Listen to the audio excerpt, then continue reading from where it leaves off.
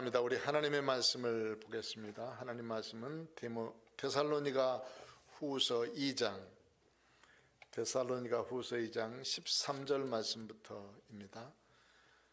데살로니가 후서 2장 13절부터 17절까지 있는 말씀 앞에 모니터에도 나와 있고요.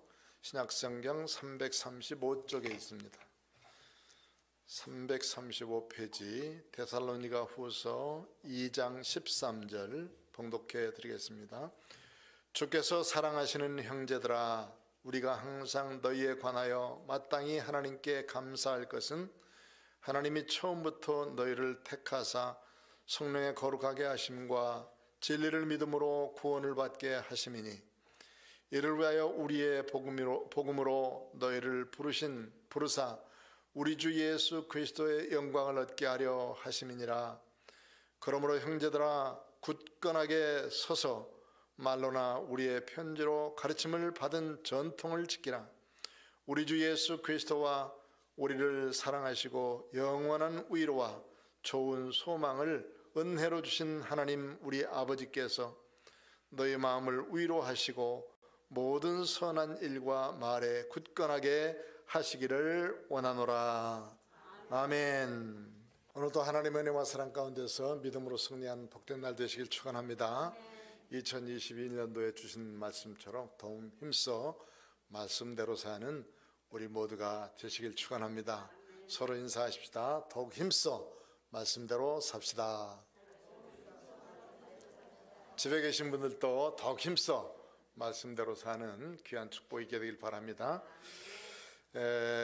고린도전서 3장에 보면은 이런 말씀이 있습니다.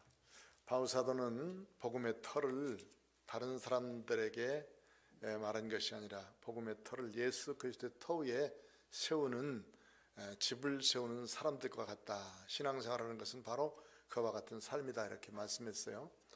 어떤 사람들은 아주 쉽게 밑에 차 때문에 저한테 자꾸 전화하는데요. 누가 한 사람 좀 가보십시오. 죄송합니다.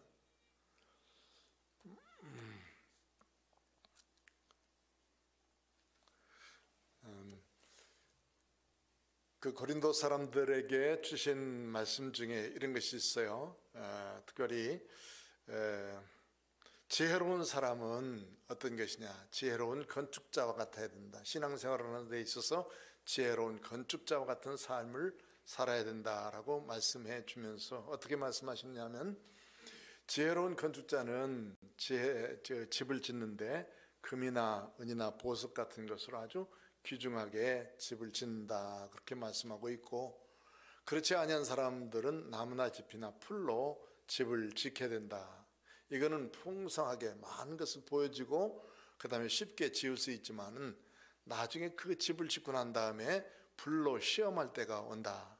그때가 언제냐 하면 이제 마지막 때이겠죠. 둘을 태워보는 거예요.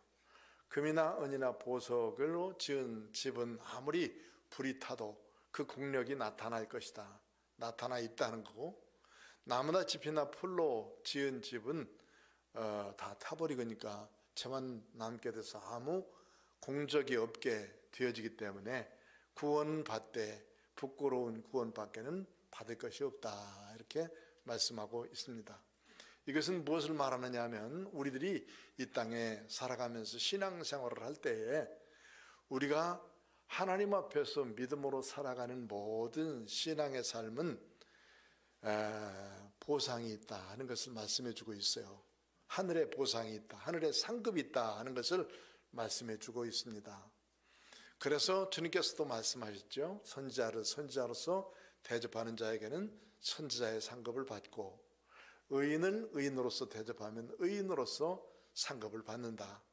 지극히 적은 자 하나에게 주의 이름으로 냉수 한 그릇이라도 대접하면 그 고노는 결코 잃지 않겠다, 이렇게 말씀하면서 우리들이 이 땅에 사는 동안에 예수 그리스도를 위해서 일한 모든 것은 하늘에서 그대로 보상해 주시겠다고 하는 약속을 주신 겁니다.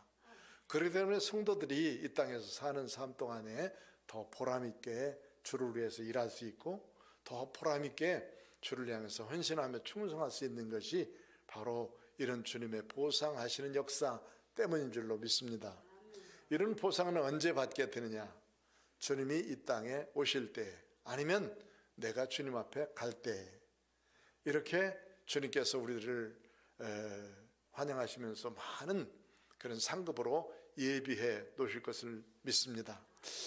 이제 고린도 전서를 지난 시간에 보았고, 고린도 후서를 오늘 보게 되는데, 고린도 후서에 대한 전체적인 내용은 대부분 다 주님이 재림해 오실 때 어떤 모습으로 살아야 되는가 하는 것에 대한 말씀을 주시고 계십니다. 우리가 이 땅에 사는 동안에 주님을 맞을 준비는 두 가지로 해야 된다 하는 것을 늘 말씀을 드렸어요.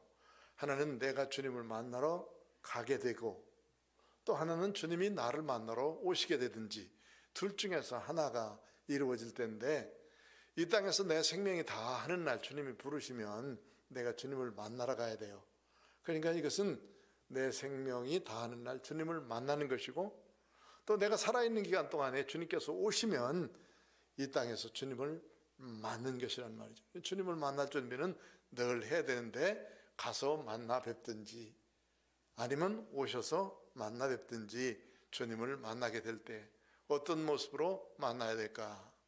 아까 얘기했던 사람들처럼 금이나 은이나 보석으로 집을 지었고 믿음의 삶을 살았던 사람들은 그 공적이 그대로 나타나서 보석과 같이, 은과 같이, 금과 같이 주님 앞에 나타날 것이지만은, 나무나 짚이나 풀 이런 것들로 쉽게 신앙생활을 했던 사람은 그 공적 그리고 그 상급이 아무것도 없다 하는 것을 가르쳐 주실 때, 우리들이 이 땅에 살면서 그냥 살 수 없다, 또 거저 살 수 없다, 주님께서 주신 귀한 말씀 붙들고 주님께서 하실 보상을 늘 바라보면서 성실하게 살고 믿음으로 중심을 다해 살고 온 마음을 다해 살다가 주님 앞에 크신 상급을 받는 우리 모든 성도들이 다 되어주시기를 축원합니다. 고린도전서의 말씀, 데살로니가전서의 말씀을 지난 시간에 했습니다. 데살로니가에 가서 복음을 바울이 증거할 때는 3주밖에 복음을 증거하지 못했다 그랬죠. 결국은 3주 복음을 증거하다가 극렬 유대 반대주의자들 때문에 쫓기듯 피해서 베레아를 거쳐서 아덴을 거쳐서 고린도까지 갔습니다. 아덴이라는 곳에 가서 자기의 동역자였던 디모데를 그 데살로니가 교회로 보내면서 교회 형편이 어떤지를 알아보고 오도록 시켰는데, 고린도에 머물면서 그 디모데가 돌아오게 됐습니다. 사실 3주밖에 복음을 증거하지 못했기 때문에 그들이 믿음이 다 없어진 줄 알고, 또 믿음이 다 흩어진 줄 알고 교회가 없어진 줄 알고 안타까운 데 보냈지만은, 디모데가 가지고 온 소식은 뜻밖에도 대단히 귀중한 소식을 가지고 왔어요. 데살로니가 사람들은 신사적이었다 이렇게 말씀을 드렸죠. 그 신사적인 사람들은 유대인들뿐만 아니라 이방 헬라 사람들이 참 많았는데, 적어도 사람 사는 사회에 경건하게 살고 사람 뜻대로 살고 사람답게 살자 하는 사람들은 좀 경건한 사람들이고 신사적인 사람들이에요. 이 사람들이 살다 보니까 그래도 괜찮은 사람들이 모인 곳이 유대회당이니까 유대회당에 헬라 사람들이 모여서 하나님의 말씀을 들었는데, 바울이 전하는 하나님의 말씀은 특별했어요.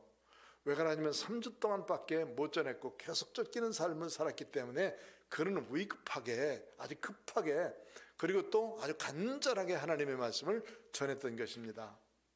그가 전한 복음의 말씀은 보통 사람들이 전한 이런 편안한 때에 전한 복음이 아니에요. 아주 위급한 때 전하는 급한 마음으로 전한 복음의 말씀과 같습니다. 그렇기 때문에 이제 예수님의 십자가 부활에 대해서 말씀을 드리고 예수님이 곧 오신다, 곧 재림하신다 하는 말씀을 전하게 됐는데, 이 데살로니가 사람들이 아주 신사적이고 그리고 믿음이 있어서 이 말을 사람의 말로 받지 아니하고 하나님의 말씀으로 받았다.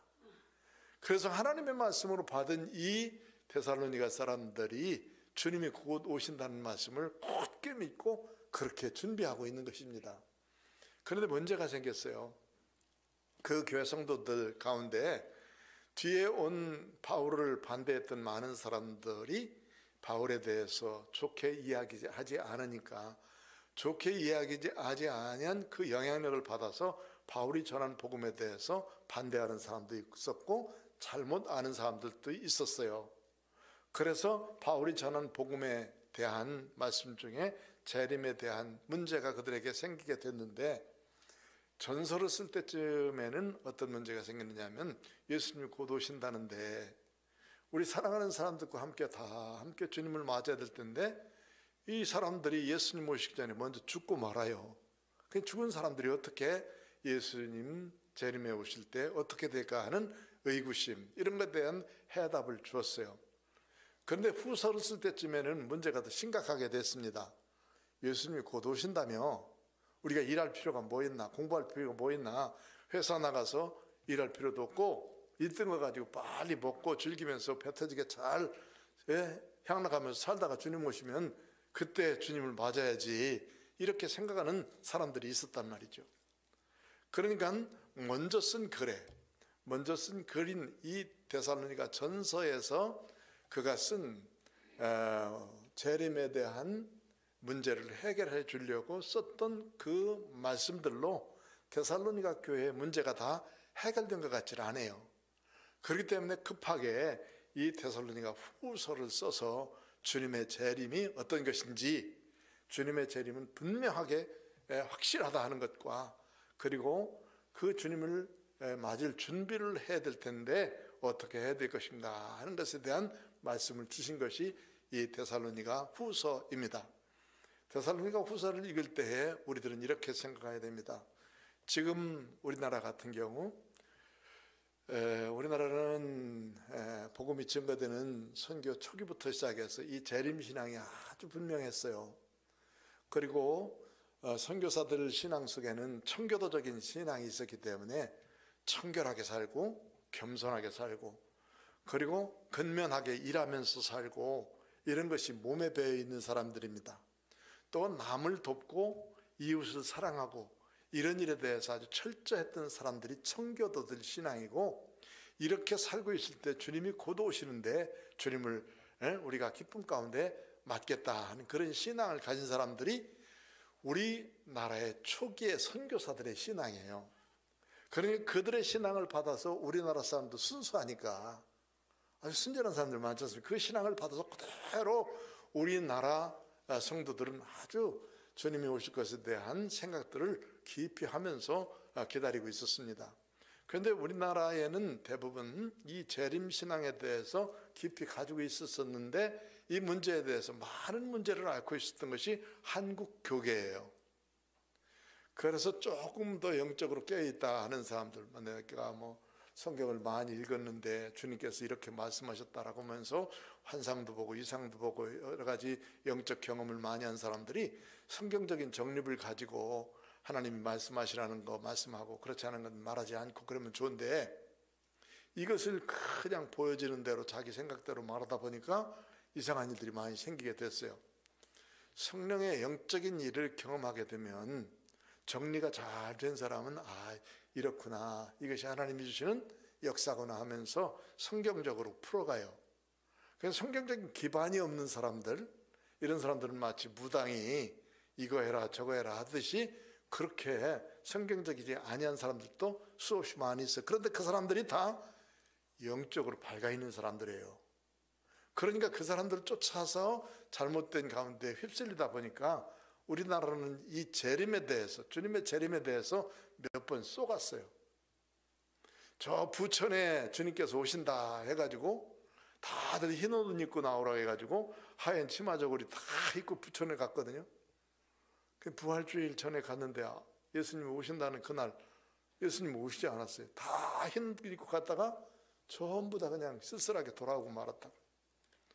또 92년도 여기 저 다미선교회에서 여기 엄마선백화점 바로 옆에 지하실에서 12시까지 예수님 오신다 해가지고 다 우리 휴가 될 거다 해가지고 손 번쩍 들고 기도하고 있었는데 한 사람도 안 들려갔어요. 한 사람도.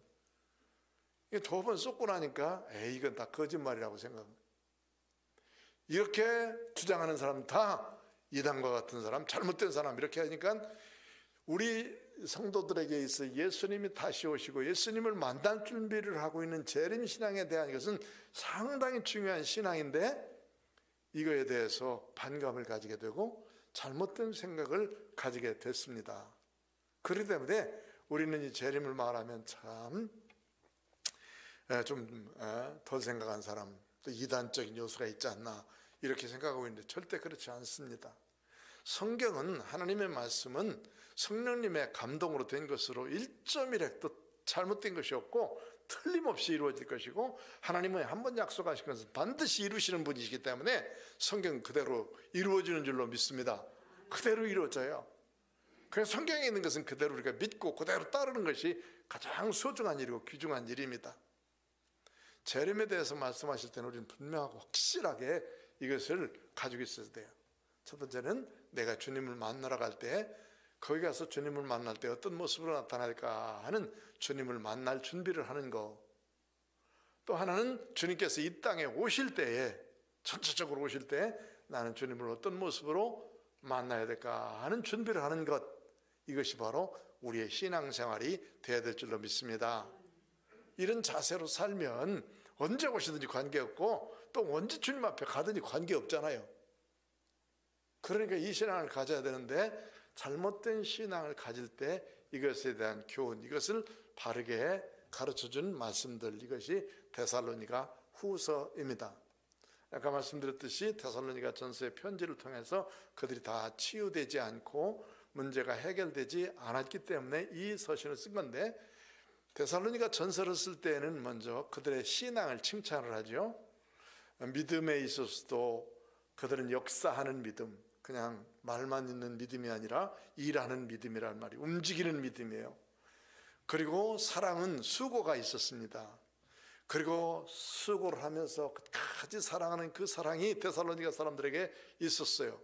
소망은 있는데 끝까지 참고 견디면서 그 환난을 다 겪고 견디면서 있는 믿음의 소망이 있었다고요.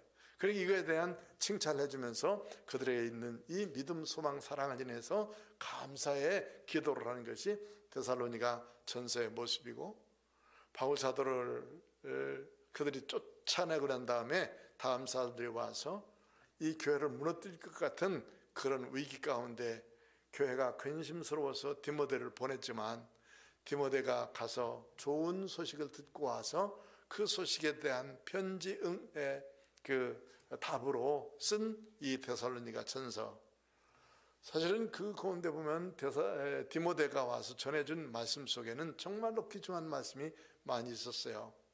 그들이 하나님의 그 말씀 안에서 믿음이 분명했고 여러 사람들에게 소문이 잘 나 있었고, 그리고 바울 사도가 전한 말씀을 사람의 말로 받지 아니하고 그대로 하나님의 말씀을 받아서 열심히 신앙생활하고 있는 그 모습에 대해서 칭찬을 해주고 있고, 그리고 문제가 있는데 재림에 대한 문제가 있다니까 죽은 자들에 대한 부활 문제, 그리고 주님께서 통째로 다 오실 때 어떤 모습으로 살아야 될지, 그리고 마지막으로 우리들이 항상 선에 속하고 항상 기뻐하고 항상 기도하고 범사에 감사하라 하는 말씀을 주시면서 이것이 하나님의 뜻이다, 깨어있자, 기도하자, 항상 감사하자, 이런 말씀으로 이 데살로니가 전서를 마치게 됐는데, 이 문제로 인해서 다 해결될 줄 알았어요. 사실은 다 문제가 해결될 줄 알았는데 문제가 해결되지 아니하니까 이제 후서를 더 썼던 것입니다. 그래서 후서의 내용 가운데 보면 1장에는 대부분 이런 것으로 되어 있어요. 여러분 데살로니가 후서 1장을 한번 보시기 바랍니다. 데살로니가 후서 1장에 보면은 거기에는 이제 이들이 가지고 있는 신앙에 대해서 먼저 칭찬을 해요. 그 칭찬하는 내용 가운데 보면은 그들이 믿음이 3절에 보면 한번 읽어볼까요? 그럼 더 좋겠어요. 3절 시작. 형제들아, 우리가 너희를 위하여 항상 하나님께 감사할지니 이것이 당연함은 너희의 믿음이 더욱 자라고 너희가 다 각기 서로 사랑함이 풍성함이니. 믿음이 성장했다고 그랬죠. 또 사랑도 풍성하다고 그랬죠. 얼마나 감사해요. 4절 시작. 그러므로 너희가 견디고 있는 모든 박해와 환난 중에서 너희 인내와 믿음으로 말미암아 하나님의 여러 교회에서 우리가 친히 자랑하노라. 자랑거리가 있는데 뭐가 있냐면 끝까지 환난 중에서 참고 견디면서 신앙생활하고 있는 그의 모습이 아주 자랑스러워서 이것에 대한 감사를 드리는 거예요. 그러다 보니까 이제 이 바울 사도는 데살로니가 교회의 신앙에 대해서 먼저 감사하면서 그들을 향해서 기도하는 것에 대한 감사를 하게 되는데, 그들 중에 문제가 있는 거예요. 그들 중에 문제가 있는데 무슨 문제가 있느냐면 8절 보면요, 하나님을 모르는 자들과 우리 주 예수의 복음에 복종하지 않는 자들에게 형벌을 내리시리니, 하나님을 모르는 자들 그리고 우리 주의 복음에 복종하지 않는 자들, 이건 형벌을 받게 돼 있는데, 하나님의 교회에도 이런 사람들이 있었어요.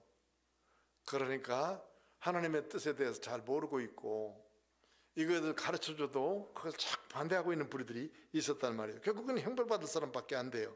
이런 자들은 주의 얼굴과 그의 힘의 영광을 떠나 영원한 멸망의 형벌을 받으리라. 형벌을 받을 수밖에 없다. 그러니까 안타까운 가운데 그들에게 다시 말씀해 주는 거 아니겠습니까?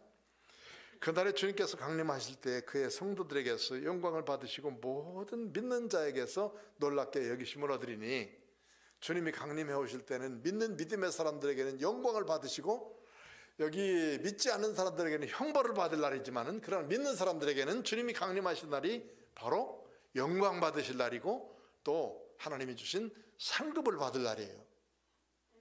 그렇기 때문에 재림은 확실한데 그 재림에 이 현상들이 일어날 거라는 거예요. 예수를 믿지 않은 사람들에게는 형벌을 받고 주를 믿고 순종한 사람들에게는 큰 영광을 하나님이 받으실 뿐만 아니라 상급을 주신다. 할렐루야. 우리 모두는 주님이 오시는 날 상급을 받는 믿음의 사람들로 견고히 서기를 축원합니다. 우리가 믿음 안에 굳게 서요. 주님이 재림해 오실 것을 분명하게 믿는 믿음이 우리에게 확실해야 된다. 이 재림이 확실하다. 그렇기 때문에 주님이 다시 오시는 날 이런 모습으로 우리가 준비해야 된다. 주님의 강림을 예비하는 그런 믿음의 사람들이 되어서 하나님 앞에 더욱더 경건하게 사는 은총이 있게 되길 바랍니다. 그 다음에 2장에 넘어가면은 멸망받을 자들에서 먼저 말씀하고 있는데, 이 사람들은 주님의 강림하신 것에 대해서 반대하고 거절하는 사람들의 모임이에요. 이들은 흔들려 또 이리저리 미혹되고 또 배교하면서 하나님을 믿는다고 그러면서도 다른 사람들이 유혹을 받아서 자꾸 다른 곳으로 흔들리는 사람들, 이런 사람들은 결코 주의 나라를 유업으로 받을 수 없는 사람들입니다.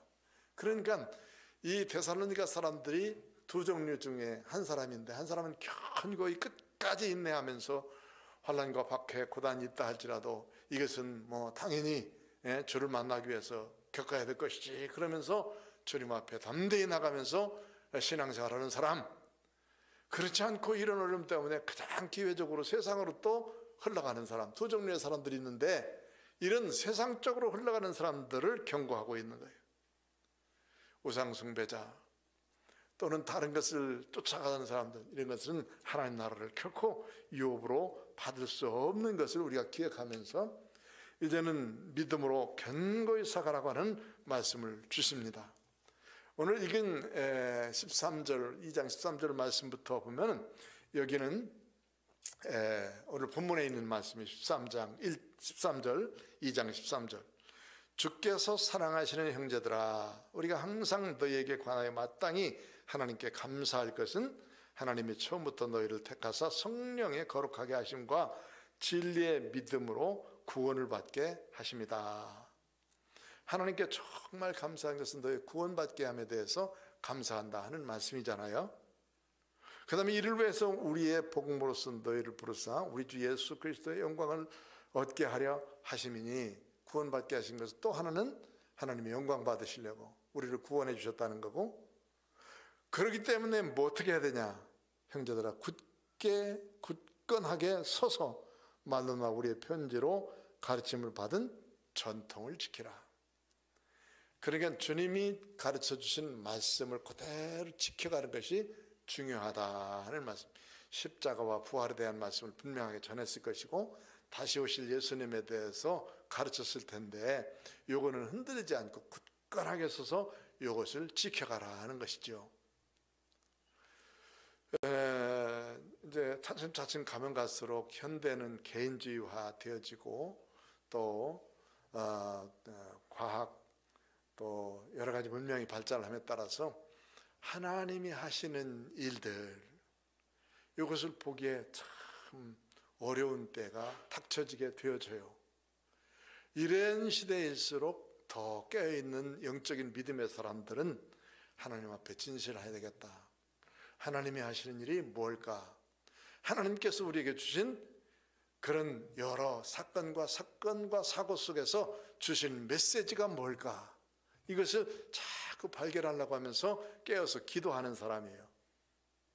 개인적인 기도를 더 열심히 하지 않으면 이제는 나를 가르치는 사람들도 적어져요. 영적으로 이렇게 깨어 있읍시다 막 그렇게 소리 지르고 외치는 사람들도 점점 더 이제는 없어지는 세대가 되어버리고 맙니다. 말씀은 듣기를 듣고 싶어도 그 말씀을 들을 곳이 없습니다. 먹을 것과 입을 것이 없어서 기근과 기갈이 아니라 하나님의 말씀을 전파해 주는 곳이 없어서 말씀에 기근이 들고 그 말씀을 그리워하는 때가 곧 오게 된다 그 말이죠. 이런 때 깨어 있을 수 있는 것이 뭘까? 그것은 하나님의 진리의 말씀 우리가 분명하게 붙들고 이 말씀 앞에서 더 견고히 서게 되겠다 하는 것이고, 지금까지 이어온 전통, 지금까지 이어온 신앙의 말씀들, 이것은 말씀 속에 다 있는 거예요. 하나님의 말씀을 더 굳게 붙들고 더욱 힘써서 말씀대로 살기를 결단하는 거예요. 그럴 때 하나님이 주시는 귀한 은총과 은혜가 넘칠 줄로 믿습니다. 이런 현대를 이겨갈 수 있는 굳건한 신앙은 오직 말씀을 잘 깨닫고 그 말씀 앞에 서가는 것, 그것이 바로 우리들이 이 현대를 사는 가장 현명한 성도들의 삶인 줄로 믿습니다. 우리 양무리 성도만이라도, 우리 양무리 성도들은, 적어도 우리 양무리 성도들은 하나님 말씀을 잘 읽고 그 말씀을 묵상하고 그 말씀을 잘 따라서 하는 믿음의 삶으로 끝까지 살다가 주님 이 땅에 오시든지 내가 주님을 만날 때 하나님 앞에 많은 상급을 누리는 믿음의 사람들이 다 되시기를 축원합니다. 그래서 여기 그 전통을 잘 지키자 하는 말씀을 하고 있어요.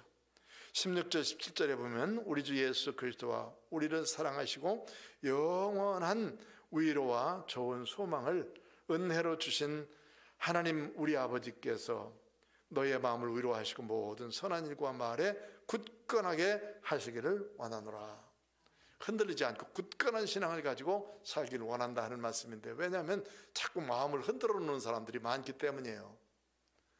여기 데살로니가 사람들의 신앙을 자꾸 흔들어 놓는 잘못된 사람들이 많기 때문에 그들의 사람들을 보면 흔들리게 되어 있기 때문이죠.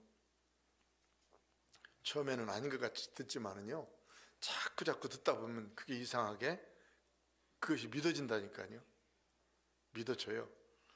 사기꾼들이 와서 얘기하는 말을 듣고 저건 참 사기치고 엄청난 사기네라고 말하면서 가만히 듣고 있어요. 그런데 이상하게 듣다 보면 조금 빠져들어가고, 조금 빠져들어가면 또 더 듣다 보면 사실인 것 같기도 하고, 사실이다 해가지고 또 남의 것 그거 진짜 믿고 쫓아가게 되잖아요. 이게 사기꾼들의 모습이요. 그러니까 이거는 사기꾼이 잘못이 아니에요. 내가 잘못이지. 내가 조금만 더 괜찮은 사람이면 처음 생각을 짓지 말아야 돼. 저놈 사기치고 있구나 하는 생각을 끝까지 가지고 있어야 되는데, 듣다 보니까 내 귀가 얇아져 가지고 사기 당하게 되는 거지.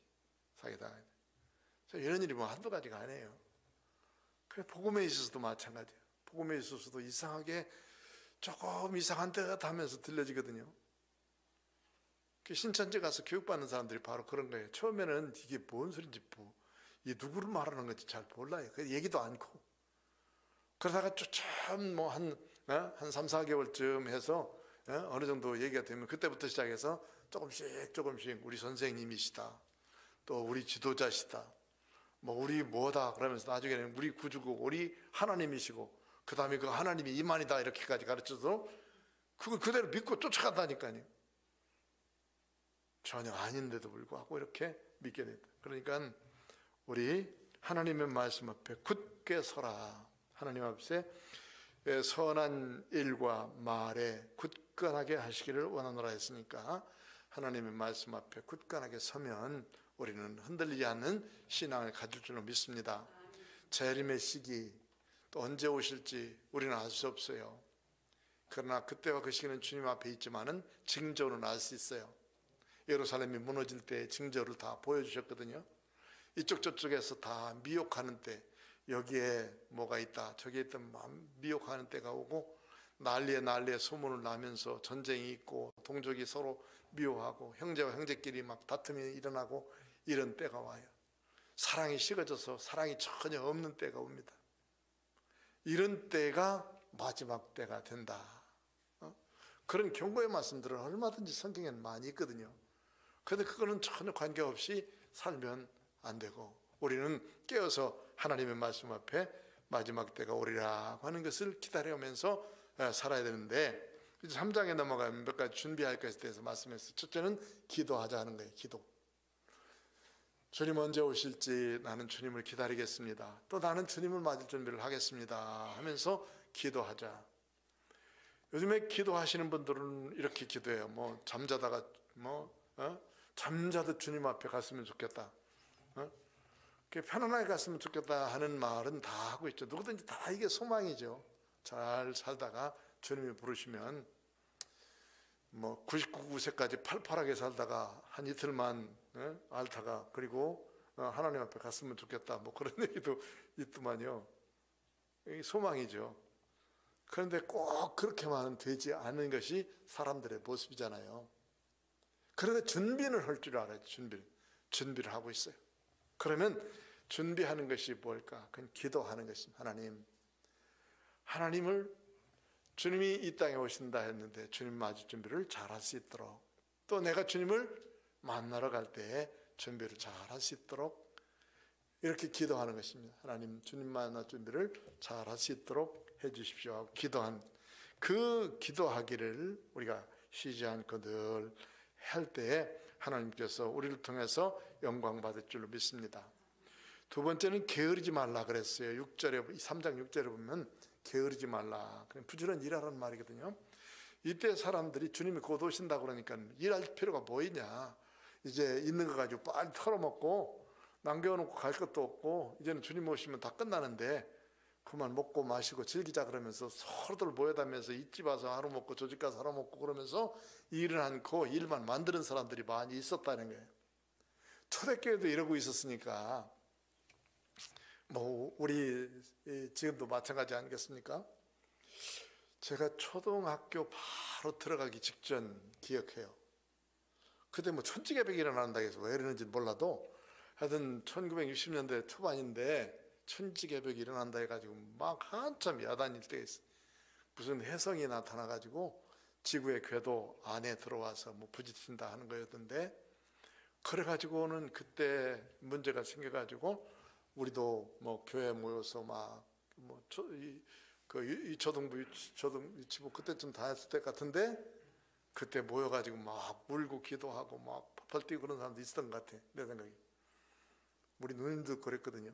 우리 누님들도 그랬어요. 나 끌고 가가지고 교회 앉혀놓고 나는 잠자고 있는데 기도하면서 그런 생각이 나요. 그때 뭐냐면 그 혜성이 나타나서 지구가 부딪힌다는 것 때문에 지구 종말이 온다 하는 그런 생각으로 이 조금 더 영적으로 모한 사람들은 그것을 이용해서 성도들을 위협한 때가 있어요. 나도 그 소식을 듣고 많이 울었어요. 왜냐하면 그때 우리 아버지 신앙생활 안 했거든. 그러면 예수님이 오시는데 우리 아버지 신앙생활 안 하면은 우리 아버지만 지옥 가면 어떻게 해? 그러니까 우리 아버지 구원해달라고 막 울면서 기도했거든요. 근데 한참 후에 그거 다 끝났다고 그랬어요. 지금까지 잘 사시고 있는데. 그게 뭐냐면 이게 좀 잘못된 것들 때문에 그때에 통계적으로 영국에서 하루에 뭐 소가 몇 마리, 양이 몇 마리 해가지고 통계적으로 나타난 것이 지금도 보면 유튜브에 나타나요. 한번 찾아보세요. 얼만큼 많이 먹고 그날 얼만큼 소비했나. 이게 이제 잘못된 생각을 가지고 있으면 먹고만 시작하는 거죠. 쾅짱 다 쓸어버리고 마는 거죠. 그러니까 일만 만드는 사람들, 게으름 피면서 일은 하지 않고 주님 오신다 그러니까 뭐 일할 필요가 있냐 이렇게 생각하는 사람들이 있다. 그래서 형제들아 우리 주 예수 그리스도의 이름으로 너희를 명하노니 게으르게 행하고 우리에게서 받은 전통대로 행하지 아니하는 모든 형제에게서 떠나라. 그런 사람들과 어울려 다니지 말라 하는 거예요. 어떻게 우리를 본받아야 할지를 너희가 스스로 아나니 우리가 너희 가운데서 무질서하게 행하지 아니하며 누구에게서든지 음식을 값없이 먹지 않고 오직 수고하고 애써 주야로 일함은 너희 아무에게도 폐를 끼치지 아니하려 합니다. 그러니까 일하고 부지런히 일해서 마지막까지 주님 오신 그날까지 우리는 부지런히 일해서 먹는다. 일하고 먹겠다는 그런 생각을 가지고 부지런히 일하자 하는 거예요. 자, 오늘 이 말씀을 보면서 데살로니가 사람들에게 이렇게 가르친 것은 무엇 때문일까? 주님이 오신다는 말을 듣고 잘못된 신앙 때문에 신앙이 흩어져서 다른 사람들까지 영향력을 주었던 그런 성도들의 잘못을 깨우치기 위한 말씀인 줄로 믿습니다. 이것은 얼마든지 앞으로도 일어날 것이고 현재도 일어날 일들이고 그러니까 우리가 하나님 앞에서 깨어서 재림을 준비하고 그 다음에 게으르지 말고 주님 앞에 부지런히 일하다가 주님 앞에 갈 준비를 하고 무질서하거나 그리고 또 세상의 윤리도덕을 잘 지키며 살아야 될 텐데 LA 폭동이 있을 때 폭동이 난 모습들을 비춰줄 때 여기 그 마트 같은 거를 터는 그 모습을 보시게 됐죠. 거기 막 물건을 훔쳐가지고 막 달려가는 사람들, 아마 그런 상황 아니라면 그 사람들은 상당히 괜찮은 사람들이에요. 미국 사람들은 지나다가 스치기만 해도 excuse me 하면서 미안하다고 그렇게 다 하는 사람들이에요. 그리고 자기 집 앞에서 넘어져도 야, 너 괜찮냐 그러면서 막 뛰어나와서 인사하는 사람들이라고. 그런 사람들이 뭐 전혀 이제 무질서의 세상이 되니까 막 마트를 뜯고 들어가서 훔치고 방황하고 그런 모습을 보세요. 이게 무질서라는 것이 그만큼 사람을 위태롭게 만들고 두렵게 만드는 것 아니겠습니까? 그러니까 이런 모습 속에서는 살진 말자, 그런 것을 경고해 두고 있죠. 오늘 우리들이 이 마지막 시대 때 살아가는 삶, 그리고 주님을 재림을 기다리면서 사는 믿음의 사람으로서의 아름다운 삶은 어떤 것일까를 가르쳐주는 이 데살로니가 후서를 우리가 잘 읽으면서 마지막 시대에 하나님 앞에 깨어있는 믿음의 사람으로 질서 있게 살고 기도하면서 살고 하나님의 뜻이 무엇인지를 분별하면서 살고 항상 선에 속하고 항상 기뻐하고 쉬지 말고 기도하고 범사에 감사할 수 있는 믿음의 사람으로 하나님의 뜻이 무엇인지를 분별하면서 하는 성도로서 살다가 승리하는 우리 모두가 되어지시기를 주의 이름으로 부탁드립니다. 기도하겠습니다. 거룩하신 아버지 하나님 은혜를 감사합니다. 주님이 이 땅에 재림에 오실 때에 우리는 맞을 준비를 잘 하시도록 인도하셨고 또 우리가 주님 앞에 이를 때에도 하나님 맞을 준비를 잘 할 수 있는 은혜의 성도들이 되도록 인도해 주시기를 바랍니다. 세상의 무질서한 것들 그리고 또 세상의 불의들을 쫓아가지 않게 하시고 세상은 세상대로 흘러간다 할지라도 예수 믿는 믿음의 사람만은 하나님의 뜻대로 사람을 존중하며 생명을 귀중히 여기며 질서를 지키며 살 수 있는 은혜의 성들이 되도록 역사하여 주옵소서. 예수님 이름으로 기도하옵나이다. 아멘.